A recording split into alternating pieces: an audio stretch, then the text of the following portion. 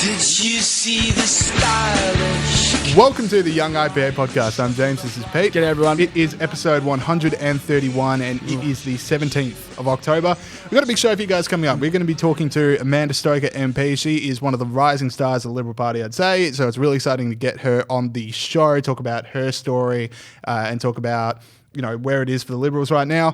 We're also going to be talking to Luca Rossi, a student from Monash University, just about what's going on down at Monash University and a few other fun things that we wanted to talk about with him. That's a really fun interview. Yes. Very impressive kid. Much more than us. We also got a bunch of other stuff. We've got heroes and villains. We've got a really good edition of the quiz. Pete going for an absolute dynasty.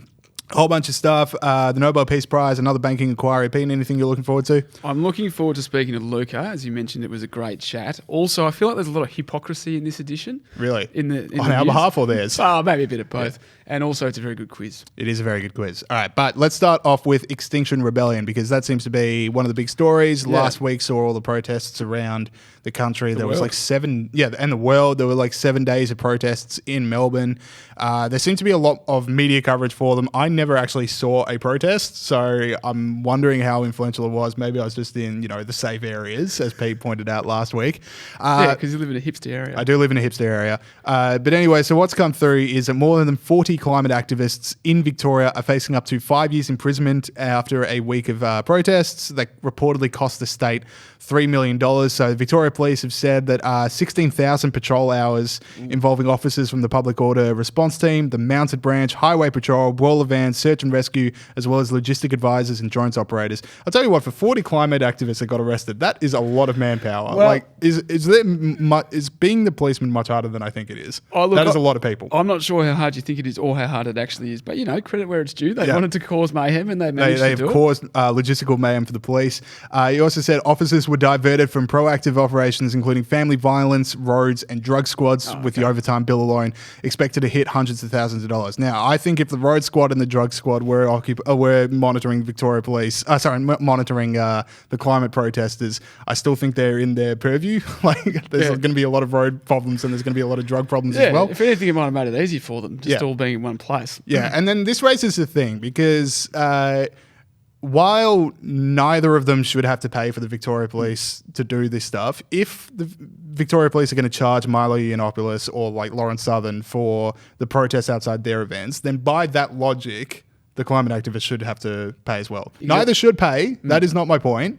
But if that side has to pay, then the other side has to pay. Look, that's exactly right. I mean, what's the difference between the two? I think, as I agree with you, I don't think you should have to pay because otherwise you just sort of go down the thing of if you create mayhem out of someone's event, you're going to shut them down. Exactly. Of course, to their credit, neither of those two individuals have paid those bills yet, so that's good to hear. Look, my major problem with Extinction Rebellion... And sorry, that is an actual thing. Victorian Shadow Police Minister David Southwick said on Sky News that surely they should be paying for it. So he was saying that Extinction Rebellion should pay for it? Yeah, surely they should be sent a bill.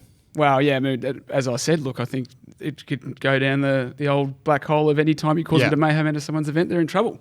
Yeah.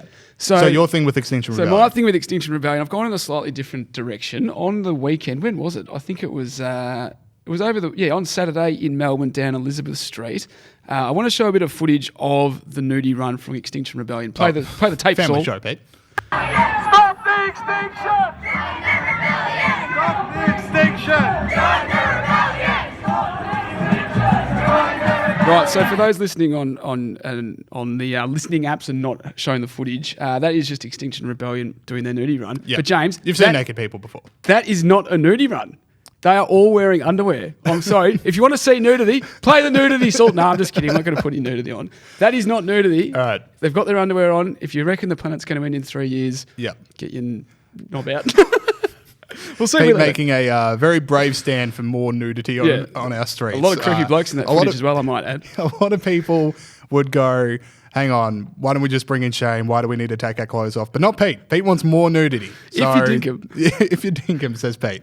All right, let's tighten things up a little here. Yeah. And Pete, started a bit loose. Talk to us about the Nobel Peace Prize. Because what I want to say is I nearly put a life-altering amount of money on Greta Thunberg to win the Nobel Peace Prize. I thought that was the biggest layup in the history of the world. I thought, you've got the same committee that gave it to Barack Obama for the great honor of not being George Bush. And this is exactly the type of people that would go, Greta's going to save the world. And it didn't go to Greta. Well, I'm glad I didn't put the money on. I'm glad you didn't make that decision. And I thought the Nobel Peace Prize was stupid until they gave it to someone that I liked. So Abiy Ahmed, Prime Minister of Ethiopia, won the Nobel Peace Prize. It's still stupid. Sorry. In case you missed it. Well, it's stupid because some of it... As long as Yasser Arafat and Barack Obama are recipients of the Nobel Peace Prize, it's a stupid award. That's right. So, except for this year... Yeah.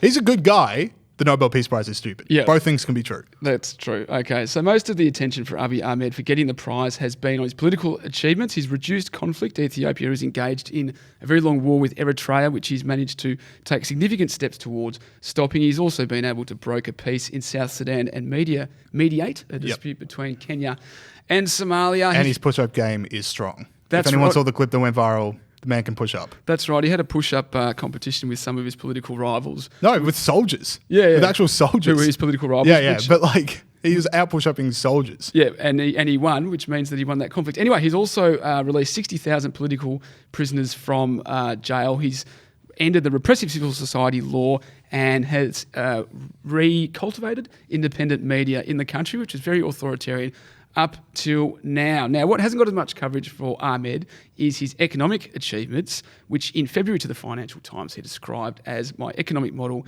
is capitalism.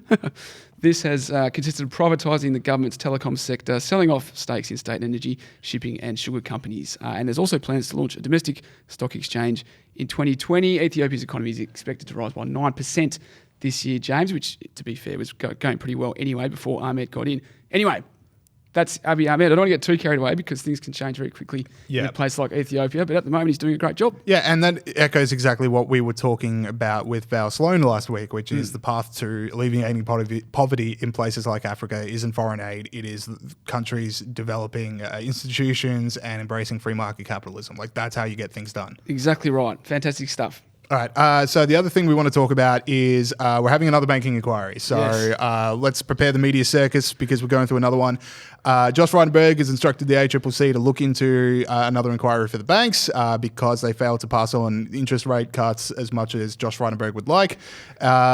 It's, so here's the thing. Here begins the rant. We all know what a banking inquiry is. I don't really need to go into a whole lot more detail about what it is. But here's the facts. We have had 57 banking inquiries since 57. the GFC. 57 in what, 10 years? Yeah. Since the GFC, 57. So here's how it'll go. Josh Frydenberg calls on the ACCC to investigate the banks. The ACCC investigates the banks. They'll find all these things that are wrong. Each bank will find someone named Kevin on the 27th floor and say it's all their fault and fire them in front of the world, and we'll all go, okay, the problem's solved. There will be some legislation that looks good on surface, but all it does is make it just a little bit harder for other banks to come into Australia or new banks to form in Australia. And we'll be back here every 9 months because you've just got the same 4 banks who can do whatever the hell they want, because where the hell else are we going to go? And we'll do this dance again every 9 months until one day the sun eats the earth. Like, that is exactly what's going to happen. And if you want real change to the banking industry, and let's face it, who doesn't, apart from the people at the top of the big 4 banks, you've got to deregulate and you've got to allow new banks to form and you've got to allow other banks to come into Australia and start doing business. Like, that's the only way this happens. Well, I must say, the more I hear about this sun eating the earth thing, the less I care for it. But look, I think it's great, listeners, that our colleague here, James Bold, is finally getting excited about finances. I think he's growing up, and I think our boy's becoming a man, listeners. I'm still not 100% sure I've done my taxes this year. So let's not get carried away about how excited I am about finances. But I think it's a positive step. Anyway, best sleeping pill known to man. I think you're selling us short. Right. Because we raised an issue with the finance sector last week, silly statements on money transfers. Yes. We said Josh Frydenberg got it. Lo and behold, next week there's an inquiry. Well, he's good on writing funny things at the end of a bank statement. He's bad on top-level changes to the banking reform. Yeah. So, no one's perfect and no one's imperfect. James will keep you posted on how that develops over time because he loves Angrily and with fire in my belly. He loves this stuff. All right, let's go over to our heroes and villains segment. So, the people that have stood up and the people for liberty and the people who have stood up against liberty. Let's focus in on... Oh, there he is. Saul... Every week. Saul just picks the best moment every time. Sorry, that was the snort of freedom, Grunt the pig. The pig famously banned from walking around because he is a pig. And we want to acknowledge people that have stood up for freedom. And Pete, you've got a pretty good one this week. I've got an awesome one. I think next time we should do the heroes second so we can end on a high. But let's talk about that before we do the next show. Now, in 1997, the Socceroos travelled to the Azadi Stadium in Tehran, and Harry Kewell did this. Is that hero Harry There's a chance Kewell? here for Kewell. A goal for Australia. A brilliant start for Okay. the Socceroos. So, And it's Harry Kewell, the No, just let this clip run a bit longer. So for those, Okay, rough start. listening, no, I mean that's as good a start as you can get. So for those listening, that was Harry Kewell, a 19-year-old Harry Kewell, scoring for the Socceroos in 1997 in the Azadi Stadium. Now, what was more significant about that event was that there was 128,000 people there, which was a record crowd for that stadium. One woman in the ground, and that was the wife of the former Soccer Australia boss, David Hill. The rest of the 128,000 people were men because it was Iran. Now, last Thursday, 3,000 tickets in that very same stadium were made available to women for the first time in 4 decades. Wow. And they sold out in minutes as Iran took on Cambodia. Now, this comes after a long campaign from Iranian football fan or female football fans wanting to be able to watch the games along with the men. A woman called Sahar Kodayari, 29, set herself on fire last month after learning she might go to jail for sneaking in to a game. A local female sports reporter said she was shaking with excitement being able to watch the game. Fantastic stuff. Now, there's a long way to go, obviously. Only 3,000 people were allowed, 3,000 women were allowed in the stadium that fits 78,000 people, and they were segregated. They weren't sitting with the men. But this is a start, James, and it comes on And the I think back. the other thing I read was like there was no men there because it was a bit of a snooze fest of a game. Well- like you had 3,000 women absolutely crammed in, and then no part of the other stadium was even remotely full. I don't want to bag Cambodia because I lived there for a while, but they got done 14-0. That's a bit of a hiding. They got done 14-0, and this has come off the back of real bravery from Yeah. women facing, really like threats to their lives, Yeah. basically. And they've done it, so Well, good on them. My yeah, the heroes for reason I this. bring that up is because like it just shows how hungry they are to watch soccer. Like they'll go to a game that no one wants to go to, but just they want to go to a game. Yeah, and the images of them entering the stadium and being there for the first time was pretty heartwarming. Yeah, so, yeah. female Iranian soccer fans, you are my hero for this week. All right, my hero is look. I'm not a gamer, so I'm going to have to white knuckle my way through this one. But there is an important point to be made. Now, my hero of the week is this guy named Blitzchung, and his actual name is Chung Naiwan.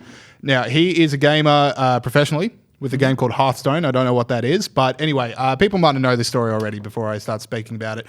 But he won a prize for playing Hearthstone. He's giving a post-match interview, and he's from Hong Kong. And so he says in Mandarin, free Hong Kong. And Blizzard Entertainment, who own Hearthstone and were running the tournament, came down on him like a ton of bricks. They said they would strip him, they would ban him from competition for a year and strip him of all of his prize money. And like he definitely knew the risks of doing that on a broadcast for a game that sells quite well in China. So that's why he's a hero. And the internet reacted very well to this. They came down on Blizzard Entertainment, and Blizzard have changed it to say that there's now a 6-month competition suspension, and they will give him his prize money back, with the president saying that the company had reacted too quickly. And he also said another thing that I really want to highlight here. He said, "I want to be clear, our relationships in China had no influence on our decision." I'm not sure. It just that's true, happened, mate. like, that is just the carte blanche. If you say a question wrong in a post-match interview, you will be banned from competition for a year and your prize money will be suspended. Nothing to do That's with just a China. rule we've had for decades. Yeah, that's been there for a while. Exactly. Criticise the refs who are out for a whole year. I don't know if there are refs in Hearthstone. I think Not it's familiar. probably just a computer algorithm. But anyway, sorry, Blitzchung is the hero of the week. All right. Can I just say though, yeah. gamers, so that's people power, right? Who made that happen? Yes. Gamers Gamers get a are bit of a rising. bad rap for being, incel white supremacists. Yeah, losers. But in this case, good on them. Yeah.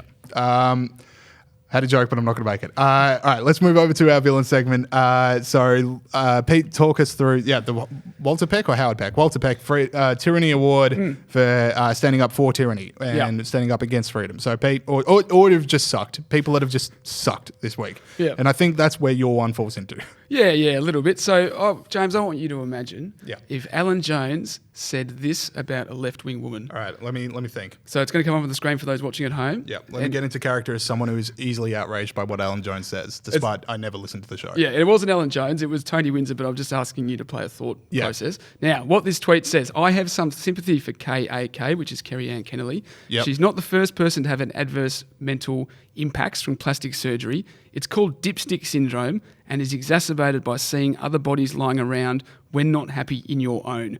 not to be confused with bimboitis. So I was getting it confused with bimboitis. So that was Tony Windsor, Yeah. former independent from New England, talking about Kerry Ann Kennelly because she had the temerity to offer a different opinion on climate change protesters. Now, I do these every couple of weeks, James, as you know, because you are contractually obliged to be here.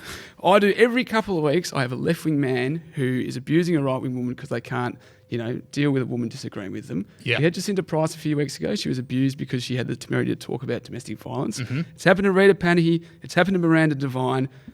To the credit of his followers, so grassroots lefties, let's call them, there are all these comments under that tweet saying, "Come on, Tony Windsor, that's not good enough." Yeah. So it's not having a crack at those. I'm having a crack at the professional lefties who love talking about this stuff when it's Alan Jones, but won't talk about Tony Windsor. Yeah. I put into Google Tony Windsor misogyny. Who came up? That woman hater Andrew Bolt. Wow. It was the only article about it. Okay, so here's the thing. If, Alan Jones had sponsors pull away from him because he, in a slip of the tongue, had that, Jacinda Ardern sock down, Jacinda Ardern sock down the... I can't remember what the exact quote was, but everyone knows what I'm talking about. There is no slip of the tongue. This is a typed out tweet that I think is still up. Still there, And, there has been no reaction at all. Yeah. Mainly because Tony Windsor doesn't have any sponsors because no one cares what he thinks anymore. But the other part of this Tony Windsor thing is he is 69 years old. How there's a minimum age for Twitter? There should also be a maximum age. There's there is eventually a point where people should just go, you know what? You don't you shouldn't have Twitter anymore. Well, I mean, the IPA would lose literally every single troll we have. Yeah, exactly. If you put in a maximum age for Twitter. No, I mean, I don't like buying into this intergenerational conflict. Yes, I love the boomers. Boomer Pete. By the way, quick aside. Every single IPA troll on Twitter, everyone thinks trolls are just the youth. Yeah. They're all over the age of 70. Yeah. Every single one of them. It's incredible. Look through our replies. All right, my villain this week is LeBron James. Now, two weeks out of two, I've got to talk about the NBA, but I can only do it angrily. So LeBron James, everyone's familiar with the Hong Kong China NBA story. So the NBA's pretty much come down and just said, if you're involved with the NBA, do not speak about this issue at all. Just put it away. Okay. That doesn't apply to LeBron James apparently, because in a press conference, he said this. I don't believe, I don't want to get into a word or sentence feud with Daryl Morey, but I believe he wasn't educated on the situation at hand, and he spoke, and so many people could have been harmed, not only financially but physically, emotionally, spiritually. So just be careful what we tweet and we say. So that's, of course, referring to Darren Morey, who originally set off the tweet about Hong Kong that started this all. Not educated on this situation. Now, there's two ways of interpreting that. There's one, which is, probably factual, where LeBron is you weren't educated on my own financial interests in Hong Kong. Yeah. And the second one is if he's not educated about it, does LeBron James doesn't think there's any human rights abuses in China? Yeah. Does LeBron privy to something we don't know about? Maybe Is LeBron James a communist? This is what I want to ask. Yeah, exactly. Then that got a lot of negative reaction, as you can imagine, because it's an absolute shocker of a statement. So LeBron went back. He thought, you know what, I probably need to put in a statement about that. So here's what he tweeted. It's coming up on the screen now for people watching on YouTube. I'll read it out. My team and this league just went through a difficult week. I think people need to understand what a tweet or statement can do to others. And I believe nobody stopped and considered what could happen. Could have waited a week to send it. Difficult week. Yeah. The real victim here, you see a kid getting shot at point blank range in Hong Kong. You're seeing thousands of people on the street. The real victim in all this is LeBron James. As I've said for weeks, the real what will happen to LeBron James as a result of these protests. Yeah. Here's another tweet from LeBron James I just want to point out from last year's Martin Luther King Day. Injustice anywhere is a threat to justice everywhere. Our lives begin to end the day we become silent about things that matter. Unless, of course, I stand to lose money from it. This is disgusting. Oh, mate, this bloke is an absolute shocker. Yeah, he is terrible. Only stand up for things when you can profit from them later. Is the message I'm getting from LeBron James. And for those who don't know, this guy's always commenting on issues in America. Yeah. He's always talking about Colin Kaepernick. Yeah, he said, I'd kneel with Colin Kaepernick. Yeah, exactly right. So because it didn't cost him money. So presumably if, police violence against African-American people cost him money, he wouldn't be interested in it. Yeah, presumably at some point. You know what? I'm out on LeBron. And he could say, I'm a basketball player, I don't know about this stuff, whatever. But he doesn't say that. No, gets he involved says with anyone that criticises Hong Kong is misinformed about the issue. Yeah. All right. He might be a communist. All right. That is it for the start of the show. So we now got all of our interviews and the quiz. So that is Amanda Stoker, Luca Rossi, and the quiz. So Let's do it. Let's do it. Okay, we now welcome on to the show Senator Amanda Stoker. This is exciting. So welcome to the show. Thank you very much. It's nice to be with you. All right. Amanda, you're one of the rising political stars in the Liberal Party, me and Pete would say, and we loved your article in The Australian last week, and we wanted to talk to you about that. So how did your background spark your decision to become a Liberal Party member? Yeah, look, I was a kid during the recession we had to have, right? And so my first kind of political memory was of sitting on the lino floor in a kitchen while my mum was on the phone to the bank kind of asking for more time because mum and dad were running a plumbing business from home and interest rates were 18% and they were absolutely struggling with it. They were trying to keep it all going and, they worked so hard. And I just remember thinking at the time, it isn't right for people who are totally responsible, they're backing themselves into business, they're trying to employ other people and contribute, are finding it this hard. And I didn't understand why that was as a kid. I was only about 6, right? And as I got older, I saw them doing exactly the same thing under the Howard government, and they really prospered. And I had to know why that was happening, and that led me to read, that led me to try and understand the different political philosophical traditions, and it made me decide that a small government, free market, high freedom way of doing things helps everybody reach their potential. Right. Now, one of the things you said in your article, Amanda, is that it's the left, not the right, that reduces people to economic units trying to accrue material wealth. That's exactly right. Why does everyone, or not everyone, but why do a lot of people think the opposite is true? It's a combination of things, I think. It's a concept that I first started thinking about after having read Barry Goldwater, who was, the US presidential candidate all those years ago that never quite got there. But he wrote this great book called The Conscience of a Conservative, where he explains this stuff. And it's really interesting that the left seem to be understood by many people to have this monopoly on compassion and kindness when they're very good at spending other people's money. That's true, but ultimately they don't see people as more than one-dimensional. In their socialist desire to reduce everybody to classes and demand that they economically progress into another class, and that they're the ones reducing people in all their complexity down to economic units and nothing more. What's exciting about looking at the world as a liberal is that you see both an economic and a spiritual creature. The individuality and the creativity of and the unique gifts of every person really matter. That's why we believe in small government, because one size fits all does not work to give us all our best version of a great life. We've got to do it differently. That's how we make the best of our society. What's really cool, I guess, about history is that it shows all the big advances we've made have been an unleashing of the unique talents of uncommon people rather than trying to treat us all as one size fits. Yeah, that's exactly it. Like, even if you accept, even if you just picture it as people as purely economic things, it's clearly the government needs to be limited. Like, all of history shows this, like poverty shows this. It's only when government gets out of the way that people can really start improving their lives. Yeah, because governments don't do things efficiently. They don't understand the personal and the moral and the human considerations that drive us day to day.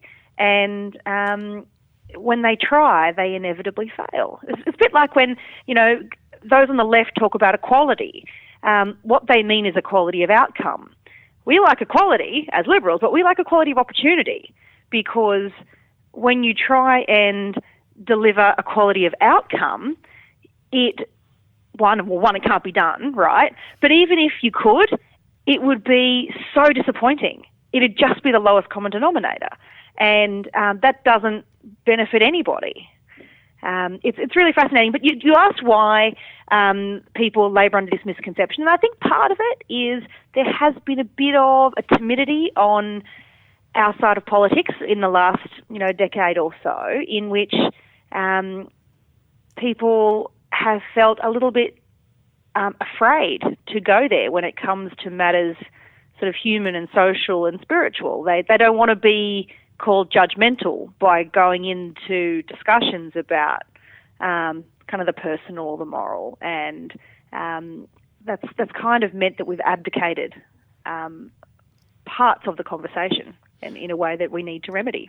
Another topic we want to talk to you about is a big debate in Australia right now about the role of government in defending freedom of religion. Now, obviously, like with Israel Folau getting all the attention, it's like, what is the government's response going to be? So what is the role of the government in defending freedom of religion for Australians?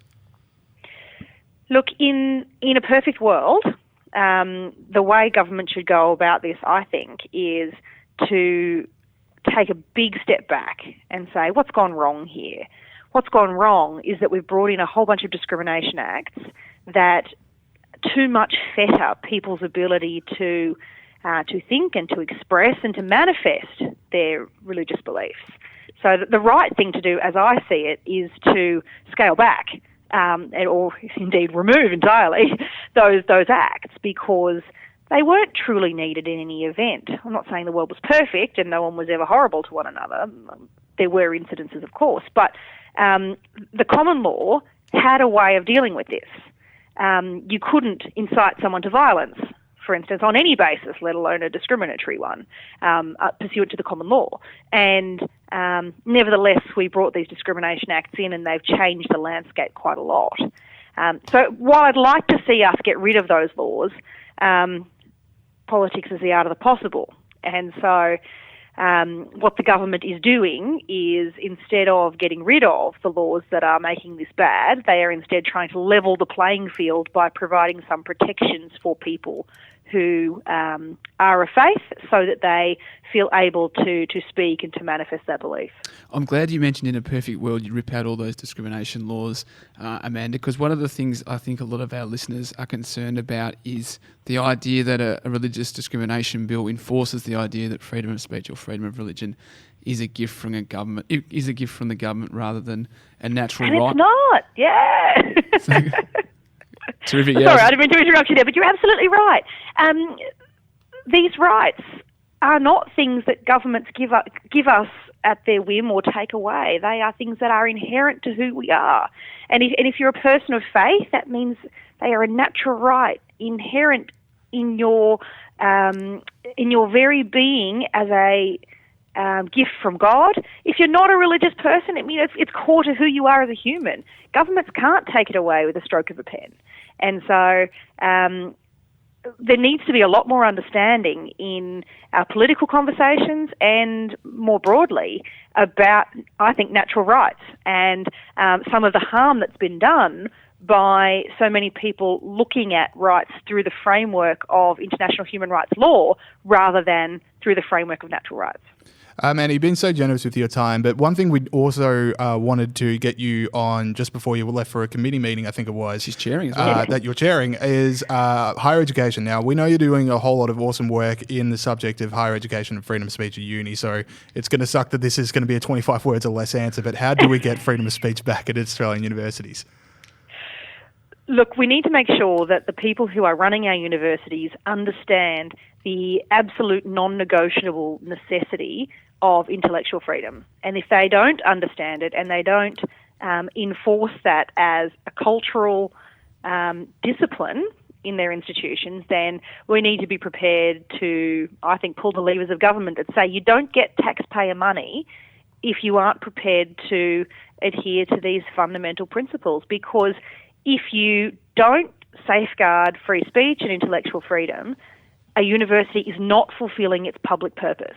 It is not going to be a proper custodian of true Australian culture. It is not going to be a place where people can genuinely toss around ideas or become robust in their ability to engage. And it's not going to become a place where new ideas can get tested and challenged if people don't feel like they're able to speak. Well, that's very important. Senator Amanda Stoker, thank you very much for your time. Thanks so much. Keep up the good work. Thanks. Stay up.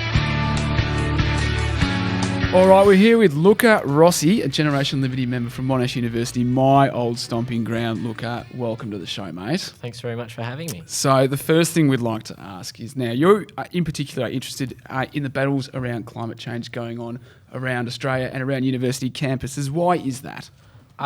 Well, I guess people are kind of getting sick of the climate thing just because it's on the news all the time. But what is interesting, I actually saw an article by Andrew Bolt where he was talking about how it's become more of a cult, more of a kind of religion. Mm-hmm. And that's what's interesting, because they've got their prophet, Greta, they've got their demons, everyone else who doesn't believe in climate change. Yeah. And they've got their traditions now, which we see every day at Flinders Street Station, stopping hardworking people from actually getting to work. Mm-hmm. So that's probably the most interesting thing, is that how it's gone from a movement to an actual religion and like a cult that's kind of permeated every aspect of society. Yeah, and I think that like there's been a switch because so many people were, part of the climate strike a few weeks ago, or, was saying like, oh, it's so brave that they're doing that. And then you get to these kind of protesters and you're just like, please stop. Yeah, like that just seems to be an absolute turning of the tide on public sentiment. Just like, I just want to go to work and I just want to go home. Please get off the road. Yeah, that's right. Everyone had sympathy for the kids, but now it's like middle-aged people doing nudie runs. There's not as much. Anyway, but how's that manifested itself on university campuses? Like, what have you seen down there at Monash? Since I've left, actually, it's probably not as, under control as it used to be. Definitely not. You've definitely got areas, very specific areas that you want to avoid, just because they are rabid. Okay. I've been shouted at a couple of times. My friends have been shouted at just for saying, no thanks, I don't want a leaflet. You are the literal reason that climate refugees are being tortured on Nauru. That's the quote. That's the quote. Oh, I thought you meant you said that. No, that's what they were screaming at us. All right, like they scream, they shout. Yeah. And the other thing is, just recently we had our elections, and we had one party called Together and the other one which was just a single party climate policy sort of party thing. And it's just the same policies. You have no one else to vote for. So you either go with climate plus all the other stuff, or just climate, and they don't know what to do with the rest of the campus. Yeah, making sure there's food. Yeah, so pretty much making sure that everything runs well, they just single policy party. But that's what Monash has come to. Has Monash always been a problem university? So Pete, do you have any experiences from your time? Well, I was a lefty when I was at Monash, but I was very disinterested. Like I didn't really. Yeah. I wasn't that interested. You liked a few. You had the equivalent of just liking a few tweets about the climate strike. Exactly. Obviously, we didn't have Twitter back in my day, James. But yeah, the equivalent. You engraved of that. a few things in rocks that were. I said of benefit. Carrier pigeons expressing my displeasure. No. So Luca. You said there were areas of the university that happens. Where is that? Like around the cafeteria? No. So we have, you definitely don't want to go near the cafeteria, but I think they target that just because that's where everyone goes to eat. Learning and teaching building, which is kind of worrying. Oh, yeah. Considering they're the ones who are supposed to be teaching the next generation. For example, there was recently in Sydney that socialism conference. They had posters everywhere around that building. And also Menzies, because that's arts faculty. That's right. So, you kind of want to divert away from those. Yeah, because I was I went to University of Melbourne too, and I was recently in the US at a college with my brother, and I just saw community notice boards that weren't covered in Marxism posters, and I thought, wait, is that actually what posters these boards are supposed to be? Because I just get to the point where I've never seen one without 15 different stand up for Marxism rallies. Is that Monash Uni too? It's exact. Monash Uni is. They're thick. The polls are thick with layers of posters and posters of socialism, Marxism, this conference, that conference. Let's fight capitalism, fight the patriarchy, fight this, fight that. You can't escape it. There was some mildly centrist poster. I can't remember what it was for that was put up, and I saw probably a professor. He was wearing one of those rainbow colored lanyards, which they all wear now, and he was going around and he was turning the posters upside down and putting them on the side of the polls that would be facing away from people walking past. Taking the centrist one? Yeah, the centrist one, and turning it upside down or trying to cover it or just tearing it off and throwing it in the bin. And he's a professor, I assume. So it's just, yeah, you can't have a different point of view. Yeah. And don't put up a poster. One of the things we like to ask all our young people that come in here, Luca, is what horror stories have you got from the tertiary education sector? Is there anything that you've already given us a couple, to be fair, but have you got any more that you can share with us? Yeah, well, apart from the one where I got screamed at about torturing refugees, there's... You've got to stop that, by the way. Yeah. I'm really sorry. I need to check my privilege. But there was we were in a global studies class, and the question was, what do you think has been good for the world? And it was in the context of like globalization or something. And someone shouted Donald Trump. Was that you? Or? Excellent. No, that wasn't me. Excellent troll move. I was going to, but this guy, he got me. He was right at the back. He got to it first. And a girl sitting at the front, she turned around and she goes, "Who the F said that?" Right? In front of the lecturer. "Who the F said that? F you. Get out." Right? Oh. Screaming. And the lecturer, instead of kicking her out or something, just goes, guys, we need to calm down, you know? And it's like, she's literally swearing at one of your other students for having a different opinion in your lecture. Kick her out. On an open platform. Open platform. What happened to the safe space? Yeah, apparently, exactly. Right? But yeah, rabid. But you're enjoying Generation Liberty. Oh yeah. Yeah, good. It's great. It's really good. Would recommend. What attracted you to Generation Liberty and the ideas of liberty more generally? How did you come to it? Well, the ideas of liberty generally, that was from my parents, because they've, especially Mum, she's Malaysian, and the way Malaysia's gone and going, it's just the antithesis of what liberty is about. So she's very passionate about that. And Dad, coming from an immigrant family as well, running away from, fascist Italy, that's in him was also inculcated freedom, and that's what he's tried to pass on to myself. And then IPA, my parents joined the IPA and they said, you should check this out. So I did, and then turns out there was a Gen Liberty arm, and rest is history. Fantastic stuff. With Malaysia, what exactly, because I'm sure a lot of our listeners aren't 100% across the Malaysian story.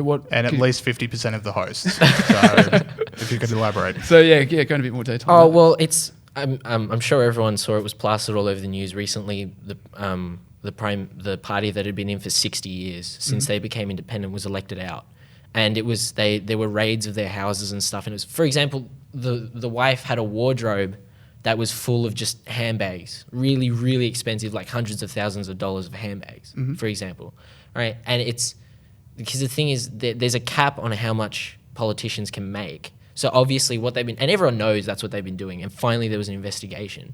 They've just been siphoning money out of the banks different sort of funds. I think there was something to do with The Wolf of Wall Street, the movie by Martin Scorsese as well, like the funding to do with that. That was tied into it as well. So it's just really, really corrupt. And now it's becoming more and more Islamic extremist as well, the policies and things like that. So, so Mum now, for example, she's switched over, she's become an Australian citizen. Right, and just trying to get away from that increased control. I reckon a lot of our Generation Liberty campus coordinators and also a lot of Generation Liberty members have parents from countries that aren't as free as Australia. Is that something you've found? There's a lot of children of immigrants who know what it's like to not live in a free society. Oh yeah, definitely, and they're the ones who are the most zealous about keeping our society free as well, which is a great thing. We try and defend it, and if you see things repeating themselves, right, from your prior experiences or your parents' prior experiences, you try and stop it. So having that sort of background definitely helps seeing the patterns. Fantastic stuff. All right, Luca, thank you so much for coming on the program. If you're at Monash University, look out for more activities from Generation Liberty that will be coming up soon. Luca, thanks a lot, mate. Thanks very much. Okay, we got another round of Hey, What Did We Miss? The Young IPA podcast quiz. This is a big one. I've assembled two of the brightest minds to bring down Peter Gregory here at the IPA. This is what you've come up with. This is your big plan. This is my best and my brightest. So you have to settle for us. Yeah, Pat and Kurt were the only people downstairs. But we do have Pat Hannaford, we've got Kurt Wallace, and we've got returning champion Peter Gregory. Three of the last four. Guys, pressure is on, all right? I can't, Pete just lords around the office when he wins a few. And I can't have this level. Did someone say dynasty? Peter. Dynasty. I think you keep saying dynasty. Yeah. All right, so how are we feeling, boys, by the way? Oh, absolutely sensational, Bob. Sensational. Kurt? Yeah, pretty confident. Oh, slightly less than Pat, but I like the subdued nature. And Pete? Oh, I just do this for fun now, mate. This is just all part of the process. All right, so for people that aren't familiar with the quiz, as I quickly write up a scoreboard for myself, Pat and Pete have, and then Kurt, just with a K. 1 point on for correct answers, 1 point off for incorrect answers. I got a fair few closest to the mark questions, there won't be too many points off. But I will need you to guess closest to the mark. What I've done stupidly with this quiz, by the way, is I've indented the questions rather than the answers. So there might be some surprise Jeopardy rounds where I've said the answer out loud because I'm used to this. And you just have to figure out what the question was. Anyway, all right. Sorry, without any further ado. By the way, buzzers. Buzzers, yeah. Your buzzer is your first name, so Pat? Pat. Yep. Good. Kurt. Yep. Roof. Roof for the roof seal. So just an easy question just to get it off the ground. Anyway, so question one. If we're ready. Question one. Go. How much money did the climate rebellion cost Victoria? Roof. 3 million. Correct. Man, he's off to a flyer. Come on, guys. Come on, guys. I need a bit more for you out of that. All right. Question two. Who was planning to fly a hot air balloon over Parliament House in Canberra? Roof. So I don't know if you want the individual, the organisation, but the Greens. The Greens. Okay. Would have accepted Richard Di Natale, Yeah. but it was a wide move from the Greens. Yep. And they got nixed by, I think, Flight Security said. Kaza, is it? Kaza? Yeah. The same people that banned our drone mates from using their drones. So, anyway. Yeah. All right. Scott Morrison's new nickname, or at least so says the Australian, is the Water Boy. Why? Kurt. Because he was a water boy at the rugby last week. Yes. Sorry. Prime Minister's 13 rugby game. He was handing out the waters. And smashing the beers as well. Smashing the beers. The beer boy. You can go water boy, you can go beer boy, whichever one you want. All right. Question 4. Score check. Pete's on 2, Kurt's on 1. Pat, haven't even heard of Pete Patty, mate. Need you to pitch in. Josh Frydenberg has asked the ACCC to investigate banks who don't pass on the rate cuts. How many banking inquiries have there been since the GFC? Pat. Closest to gets it. 3. Oh, it's more than 3. I mean, it could be anything. 4. Gonna go 4. Nah, it's like 11. It's 57. Okay, yeah. 57 I actually banking thought inquiries I was going to say since the something in the GFC. 50s, but these guys split me. Anyway. The 3 and the 4. So this one will be the one that solves it, though. This one will be the one that solves banks who are acting terribly, and is definitely going to make sure there's never any bad things ever again. 57. Just need one more.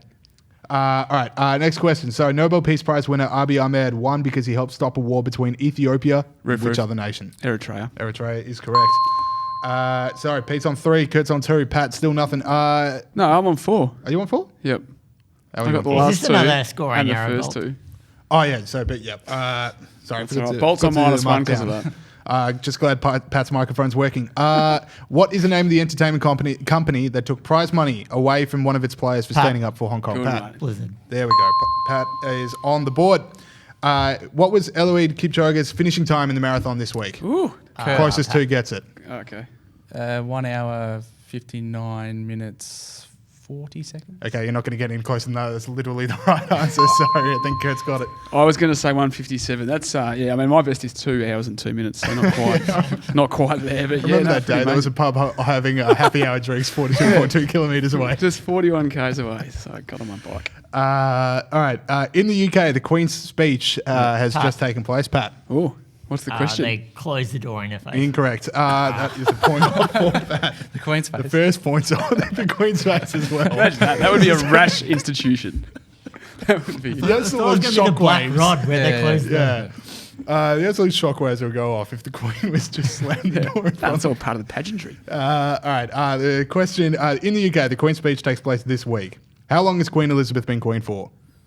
That's a good. If we do this closer to the pin? Yeah, closest to the pin. Well, Do I still get the answer? No, you answered close the door in her face. that's not quite Just not a close to That numerical is the value. answer, actually. It's not a numerical So value. my guess, Yeah. roof would be what year is it now? 2019. I reckon it's 66 years. 66 years. Yep. Kurt. 65. It's 67. What did I say? Pete gets it. Yeah, you got it. He said 66. Oh, yeah, 66. yeah. Yeah, you win. All right. Last question. Sorry, another quick score check. So Pete on 5, Kurt on 3, Pat on -1. Have we ever had someone finish in the negatives? Oh, we discussed Surely. that before the show. I think there was one. I think it was either me or someone else. So I don't know. But yeah, I can't remember. I think right. the answer is yes, though. This is becoming a dynasty. All right. Wait, wasn't I on 1 before? No. Oh, yeah, you're on 0. Sorry, my bad. Not my best effort so far. But, So, because he could still come back in the Who Am I? Yeah, you could do another 5-point Hail Mary, which was still just the best moment ever. Yeah. All right. Andrew Bushnell's new criminal justice report looks at how private prisons can help reduce reoffending. Go to ipa.org.au if you want to read more. Taxpayers spend $15 billion every year on criminal justice, but what percentage of prisoners return to prison within 2 years of their release? Kurt, closest to gets it. 46%. It's next to my bed, but I haven't managed to get through Bushy's report yet on this. So I'd say... Still Tale of Two Cities? 35%. 35? Yeah. And I'll go 42. It is 46, which was Kurt's answer. I think Did you get it right? Kurt knew that. That's really good. Why did we go through me and Paddy having guesses? I just wanted you absolute... 46 just seemed about right. Yeah. Just from my general observation. Based on all the criminals Kurt knows. Yeah. I just wanted to see you two squirm, to be honest. All right. Okay, sorry. Who am I? Quick score check before we go. Check. So Pete is on 5, Kurt is on 4, Pat is on 0. Pat can win it. He can equalise. He can equalise. We go into a tiebreaker, sure. which again I've just never bothered to put a question together for. All right. Sorry, who am I? For 5 points. I died 800. What have I written down here? 803 years ago this Saturday. Oh, that's a good question. 803 years ago. Do you lose a point for guessing? Yes. Okay. Oh, I'm not going to guess then. But if it was no and this was off the board, what would you guess? I just want to know where your point is. I have no idea. Yeah. Anyone That would be 12, 15. You have to guess here. You have to guess. Otherwise, if I wait till the next question. Stop trying to look at the answer. I'm not looking at the If I wait till the next question, I'm equal with Pete, right? No. Pete's on 5, you're on 0, so you have to go right now. You know this is a Hail Mary. I will go with... do you know what? Prince John. Can I guess? Prince John? King John. Well, I kind of fed you it. Is that right? It's King John. Are we saying that? He said Prince John. He wasn't Prince at one point. What did you say? I said Prince John. Is that your final answer? And then he just thought about it. And then he changed it to King John. Yeah. If that's all right. Come on, I'll give that. That's amazing. Which number though? Oh, it doesn't matter which number. Well, there's only one. Which is one of the So he's done it again. He's done it Essentially, again. that is what Paddy's done it again. So we're all tied up. Yeah. Unlucky Kurt.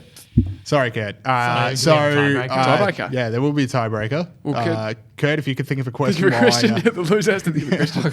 or if you want to talk amongst yourselves while I quickly think of one that got axed at the last second. Well, I can't believe you. I mean, I don't feel like that moment got the gravity it deserved. Like, you just done it again, Paddy. King John. Okay, I've now thought of a tiebreaker question. That was a seamless transition, no doubt. Yeah, absolutely professionally run here. So it's still -1 for a mistake? No.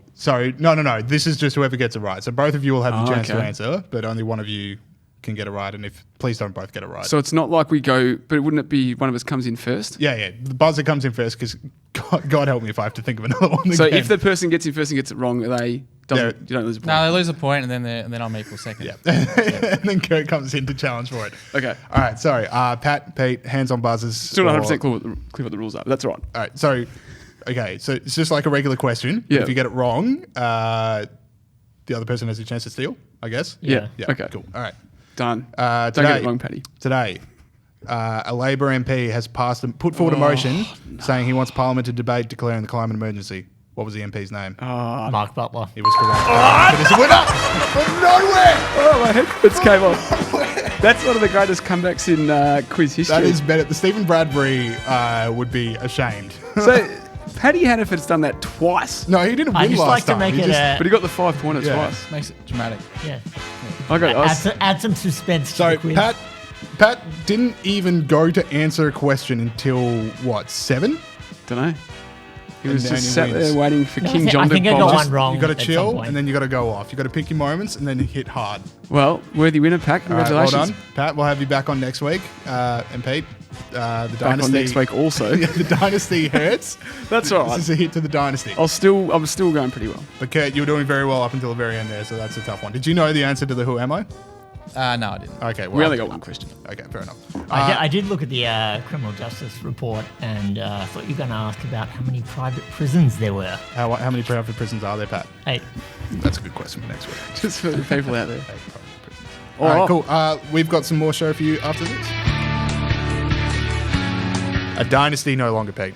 I can't believe he's done that twice. Like twice, he's got the 5-pointer off an absolute, guess. Maybe not a guess, an educated guess. I've had some time to think about it, and I should not have paid because I should not have paid Pat that question because I had a slight inflection in my voice at the end where I said Prince John. Well, I mean, it's not too late just to which leads the winner. leads to witness. It is too late.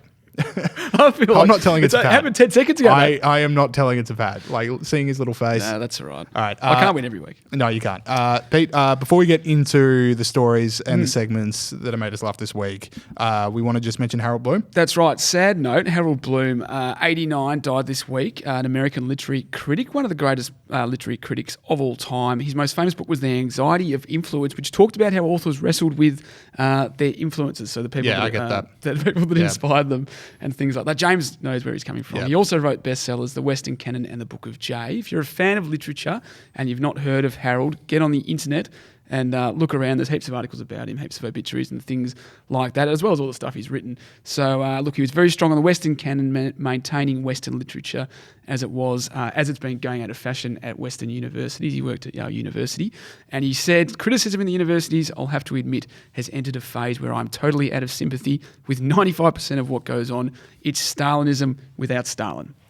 That's pretty good. Gives you a bit of a flavour. All right, let's get to one of our segments that we like doing, which is Let's Just Wait 3 Days. Now, I do like these are for stories where the media just gets a bit too far ahead of itself. They go, that'll get some clicks, and they don't wait the necessary cooling off time before they go all in on a story, and then the story turns out to be false. Inspired by an actual conversation you had with a mate.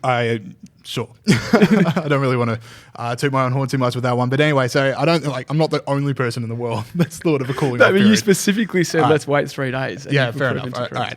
Anyway, so the ABC News over in America wanted to highlight what's going down in Syria against Turkey, which is obviously a huge story around the world. But they could have waited a few more days to see if their footage was real because they had some pretty hectic footage. And I think the clip explains what's going on. So we'll go to the clip. This video, obtained by ABC News, appears to show the fury of the Turkish attack on the border town of Tel Abyad. Okay, but the problem was, it looked really impressive. There was guns going off. There was explosions everywhere. It wasn't from Syria. It wasn't even from anywhere close to Syria. Yeah, it wasn't from the Middle East. It wasn't from the western part of the world. It was from the eastern part of the United States of America at a gun range called Knob Creek Gun Range in West Point, Kentucky. Knob Creek. Just like, hey, look what our guns can do down at the gun range. Yeah. And ABC News gets a clip and goes, this is clearly Syria. Yeah. Let's go with it. Well, I don't know how that happens. Is there a conversation at the back, in the back room? We've got any footage of... Yeah. Oh, they won't be able to tell the difference. Yeah, just big explosions. Yeah. Things going boom. And also... Hell of an advertisement for the gun range. Yeah, exactly. If you want to see some cool guns, we've got a place that literally gets confused for a war zone. Yeah, exactly right. They'll have, at least 17 new Facebook followers this week. But I mean, what kind of gun range does that? That's full on. For people that are listening instead of watching, there was a explosion that at least went 15 meters high in the air. Yeah. There was some... get yourself down to Knob Creek Gun Range. Check it out. Some cool stuff. It's worth every cent. Yeah. The other part, from this ABC report was ABC were also embarrassingly, they had to issue another correction because apparently this next clip wasn't actually from a Syrian warlord in the middle of the conflict. This is Sparta! I mean, it fooled me. So you're saying that's not real? That's actually from the movie 300. It fooled me as well. So I've got some sympathy with the ABC News for falling for that one. It's tough. It's a tough industry. All right. Next up is Pete. You saw something from Virginia Trioli this week. Another ABC, another little slip up. Virginia Trioli took over from John Fain on ABC Radio Melbourne's morning program this week. As we know, John Fain, for those that don't know, maybe in other states, has been in that hot seat for many years. So he retired last week. And she had a minor slip up on her first episode. She said this. I'm the first woman ever to be appointed to this program, and I am so proud of that, particularly for what it means to every little girl riding in the back of the car to school this morning who might hear this. I can tell you, your voice belongs everywhere, so raise it up. Now, unfortunately for Virginia, Elizabeth Bond hosted the show in the late 70s. So she wasn't the first woman actually to be the host of the show. Yeah. Now, I'm not going to criticise her. a bit of professional courtesy to a fellow broadcaster. You know, I'm not going to criticise her for making a mistake because people, it's hard to talk a lot and not say things that aren't true. The amount of stuff that ends up on the cutting room floor of this podcast, yeah, is baffling. So it's not having a crack at Virginia for that. It's just that one of my criticisms of feminists is often that they're fighting battles that were won and fought and won 40 years ago. And in this case, it's almost to the day, 40 years ago, where in fact there was a woman in that thing. And also because, you know, she was giving it large with all those little girls in the back seat, you know, their voices should be heard. It's like, you know, we've heard a woman on the radio before, Virginia. Yeah, at least once. At least once. So, yeah. Anyway. All right. I got another story. So, you know, for people that are big fans of Andrew Yang or people that are fearing the world of automation, it might be a bit further away than you think, because here's a really fun story. So in Salt Lake Park, Los Angeles, someone tried to report a crime to a robot cop, like a little RoboCop. Doesn't look like from the movie. It basically just looks like half an egg, and it's just wheeling around. But anyway, she tries to report a violent brawl breaking out nearby to this robotic cop, and the robot cop, barked at Guevara to step out of the way. The high-tech device then rolled away while humming an intergalactic tune, pausing periodically to say, "Please keep the park clean." I mean, still more effective than Victoria Police at solving these things. Yeah, but, exactly. You know, that's probably just not the kind of thing you want from a robotic policeman. I didn't realise it was a wild brawl. Like I thought it was just a. Yeah, well, I thought it just started singing it. Well, that's pretty intense. This has really tickled you, hasn't it? This story, James. I really like it. So the local police chief, Cosme Lozano, said the robots, which cost between $60,000 and $70,000 a year, which is a lot to pay for neglecting to fight crime and then walking away whistling. Yeah. To lease, they're still in a trial phase. Okay. And that their alert buttons have not yet been activated. Well, now here's my thing. The alert button being activated seems quite important to the factor that it is in a trial phase. Yeah. Like, I don't know how you have a trial for robots if you can't actually get them to be alerted to anything. Yeah, and how's anyone meant to know they're in a trial phase? Like, this woman's rolled up thinking, I can get something to happen here. Yeah, I can talk to this thing from the future and maybe it'll solve it, anyway, or at least tell me what's going to happen to it. Feels like the trial should continue. Yes. He also said that law enforcement have not yet started advertising the robot's crime-fighting activities. Well, now, once again, if you have a policeman that's also a robot and you're not advertising the crime-fighting capabilities of it, ditch the program. Because until you can do that, you don't get to put the word police in front of the word robot. You just have an egg that goes around whistling things. Yeah, exactly. And it's costing $70,000 a year. Which is about the cost of a normal police. Yeah, or just like put a boombox on a Roomba and just have it go around a park. It'll save you tens of thousands of dollars. Anyway, I could talk about this for a while because it is hilarious. We'll keep it up to date. I wish there was a clip. Yeah, exactly. I wish there was a clip. That's what you want. Next time this happens, someone film it. All right, Pete, tell us about the CFMEU. Okay, well, one of my favourite topics, about 140 contractors and subcontractors across the southeast Queensland region have agreed to implement a hot weather policy at the behest of the CFMEU. Now, it allows workers to walk off the job if the mercury hits 28 and the humidity hits 75%.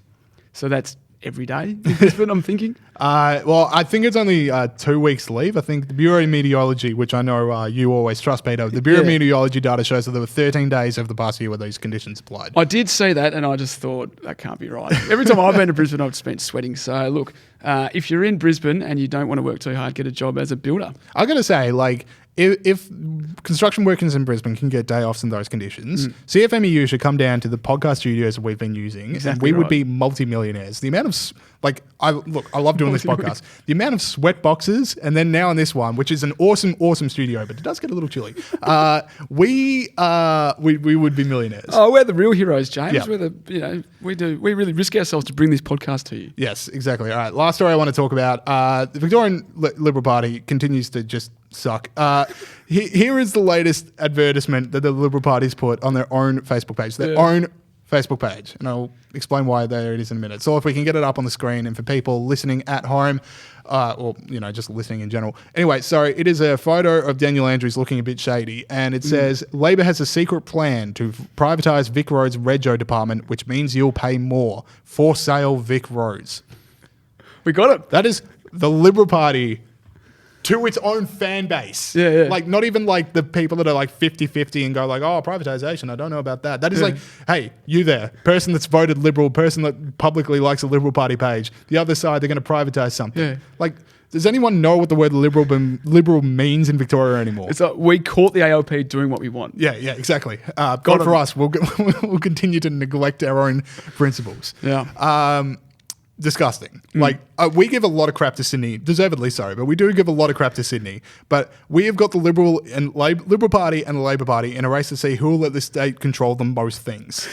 I'm moving. This is your second rant for the show. Yeah, I'm fired up today. I like it. Yeah, Pete, you should probably report me to the robot police officer and then he can bark at you and just wheel away and whistle a song. Anyway, that is it for the show this week. Thank you to Amanda Stoker and to Luca Rossi.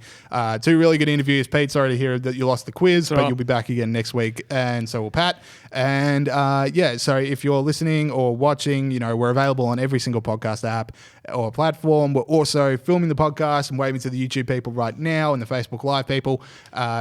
If you have any people in your life that prefer to watch podcasts rather than listen to them, let them know that we're doing that.